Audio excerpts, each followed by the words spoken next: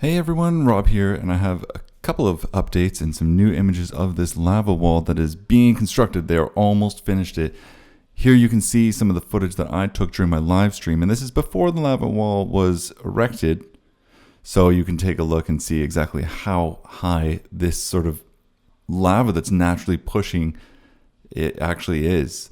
The camera I'm filming with is around, chest level for me, and I'm about 6'2" or 185 centimeters tall. So it is massive how high up this lava is. I got really nervous as it got closer.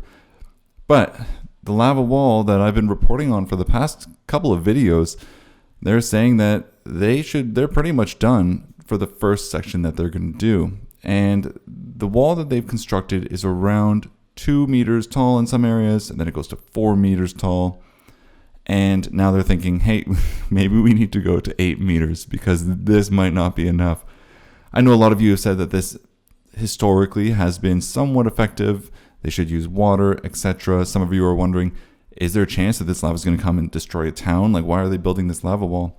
And the reality is they just don't want it to hit the road. So if they can kind of divert it a little bit, then I think that's kind of what they're trying to do.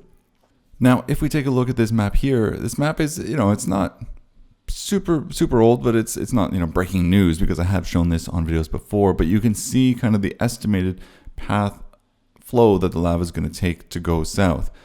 Now, where it's looking to go now is this sort of left-turn middle section, Nautahai, and this would be the quickest path for the lava to hit the road and subsequently where all the parking is.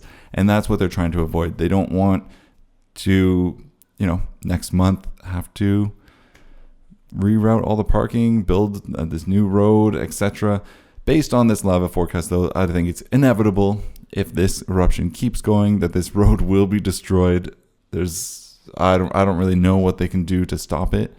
I don't think anything based on a lot of the comments that we've seen. But here are some pictures from some of the news sites, and you can see exactly what they're doing is they're just pushing this lava up against itself, kind of making a little bit of a ditch as well to try and stop the lava, or not stop it more, but redirect the flow.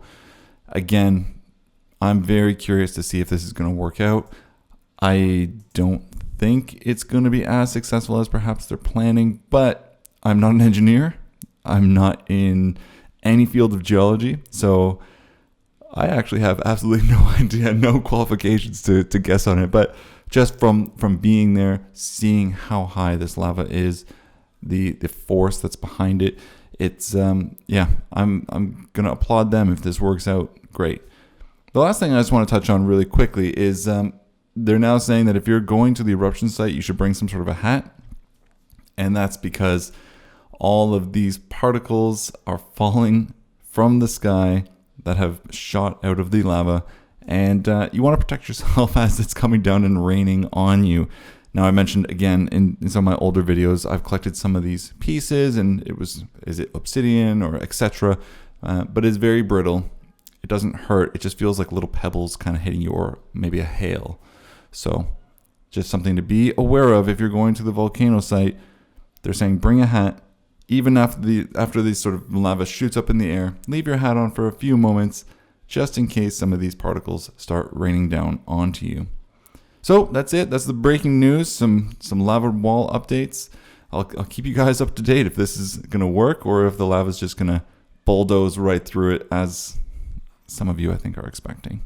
So until next time, thank you so much for watching. Hit the like button if you liked it, and subscribe if you want to keep up to date.